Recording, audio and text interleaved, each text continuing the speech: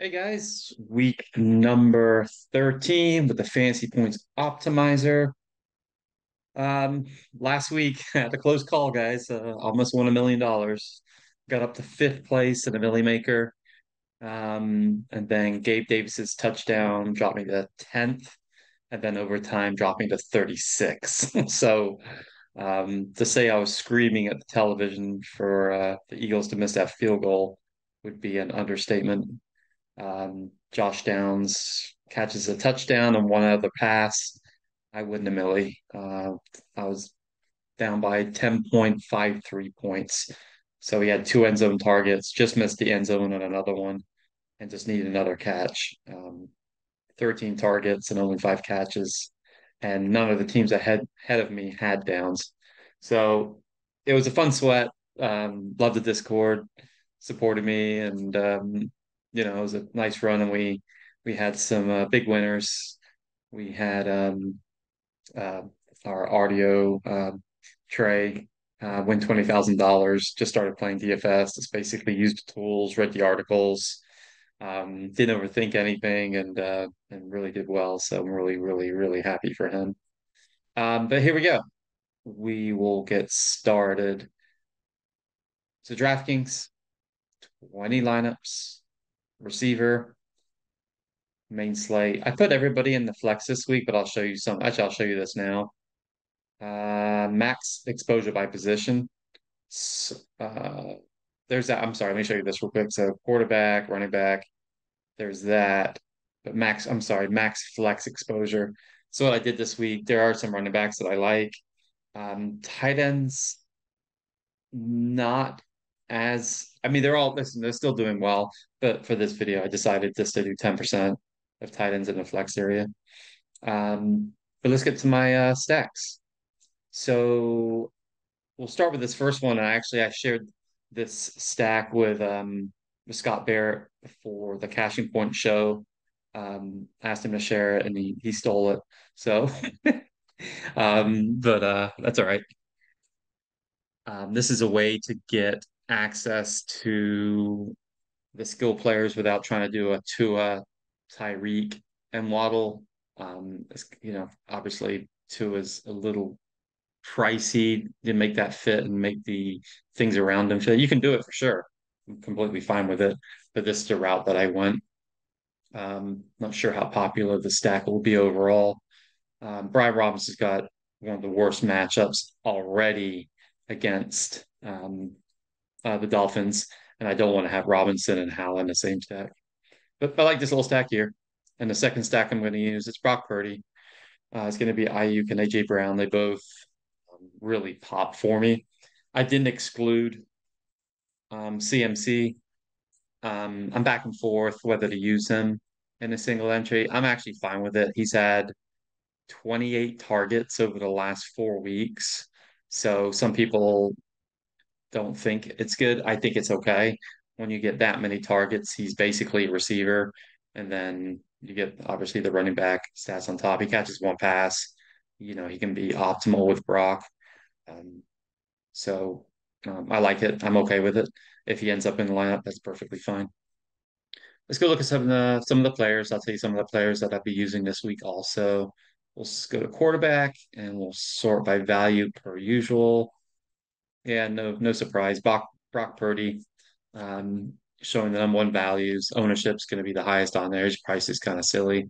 Eagles have been, pass funnel, but I think there's ways to make the stacks different and just be if you're playing more than a few lines, just be careful of how the lines look and what your lineup might look like everybody else's, and you can use the ownership to be a little different.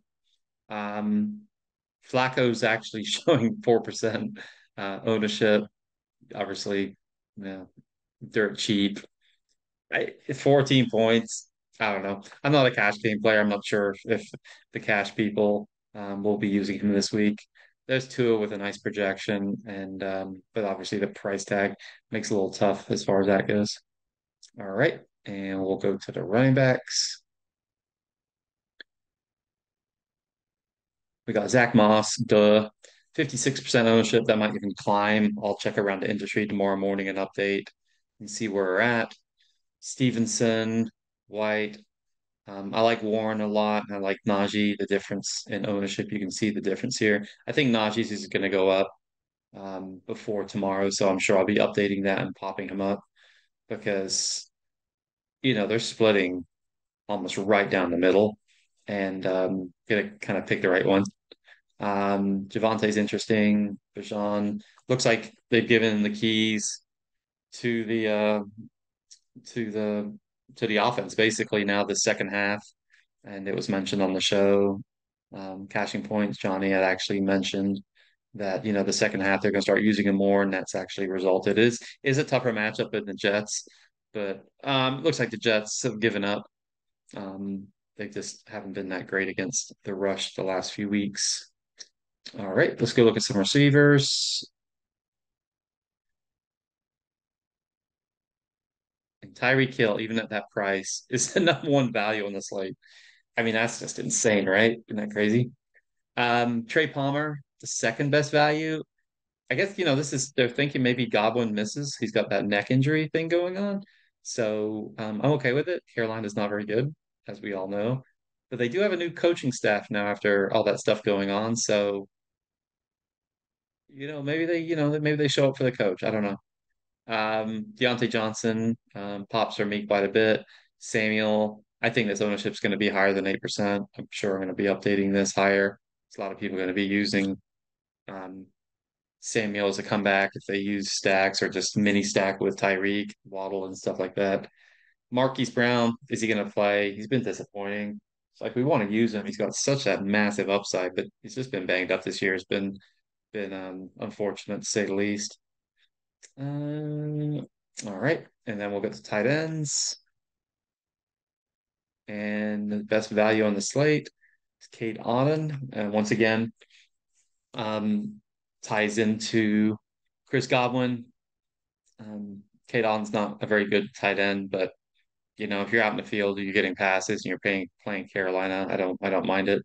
And Joku, really good matchup, and did some research. And it looks like um, Flacco does throw to his tight ends quite a bit. Conklin, decent, nice cheap prices right here. Kittle, late game hammer, not showing much ownership at all here.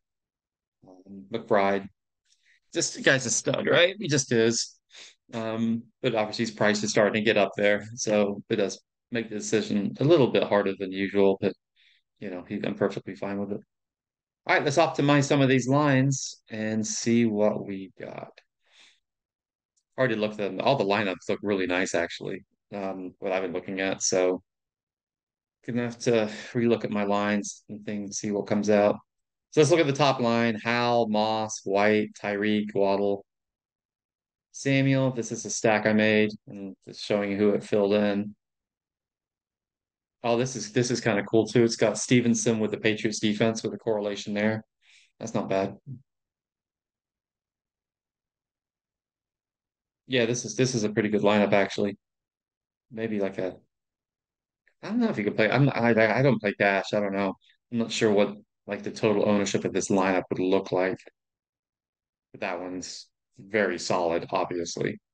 There's Warren, 49ers defense, interesting on the road. Maybe some rain in that game. Not quite sure.